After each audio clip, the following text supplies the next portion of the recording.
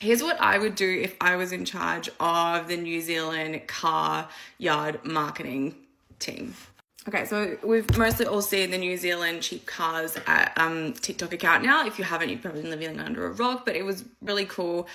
Number one, the filming style was amazing, and these little dances in the fun. The drama that's happened is when people have come out and been like, when you find out that those guys weren't actually the salespeople and they're actually like paid dancers, they're hired talent.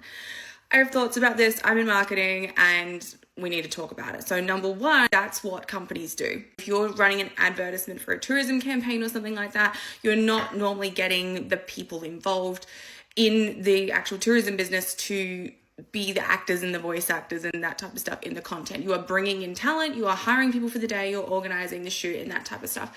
So this is actually really common. I think we feel a bit pissed off with it because we feel like TikTok is so much more genuine. We're used to employee created content, like user generated content, employee generated content.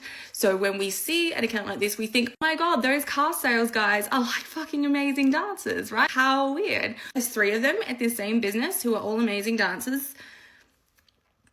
Okay, for me, the number one giveaway was the filming style because the filming style was fucking top tier. I want that videographer's number.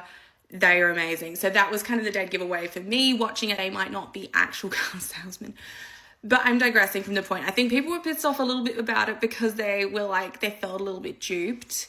But you have to understand from a marketing perspective, that is just actually pretty normal. I think if you saw that advertisement on TV, you would kind of know that they were the actors played to portray car salesmen. But when we see it on TikTok, we have this kind of like weird thing where we assume that everything we see is really genuine, not overperformed and overdone.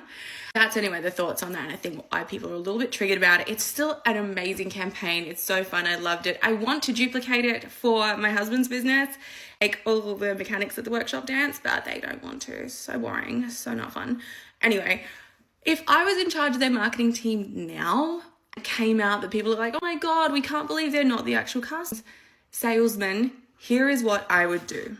I would use that momentum to completely bring the actual car salespeople into the content in a really fun way. So you would have something like the guys who are currently doing the dances, and you would kind of like be a bit tongue-in-cheek about it and have them coming out and being like to the actual car salespeople, I just swapped a Silverado for a Barina, a straight trade. I did amazing. And the actual car salespeople are like, oh my God, these fucking dancers, like go, oh my God. They're frustrated with them. Or you'd have the dancers trying to like actually show some of the real car salespeople at the different locations. Here's how to do, and have them doing that words like show about a bend and snap with maybe one of the dance moves, have the same filming style come in, have the same kind of vibe and everything, but root it in a bit of reality to show that they are, okay, we understand their dances, people have discovered that, they're talking about it. How are we going to keep the momentum going? How are we going to bring even more awareness to our brand? We're going to do that by saying they're dancers, they're actors, they're paid talent, whatever it is.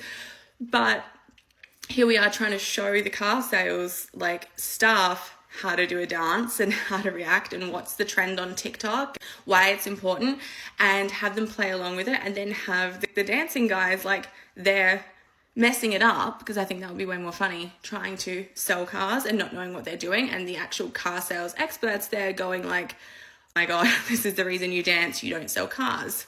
I think that is such an opportunity to take a really, really clever campaign that then people like have either done their own fun takes on in their own businesses, which is awesome, but then the audience had this real kind of like disappointment moment when they realized it wasn't as genuine as they expected it to be. You have this opportunity to take that and actually like expand it even further, like take the storyline even further, bring more engagement into it, bring in your actual staff that are there across the locale. I'm not sure if it's multiple locations or one location or whatever.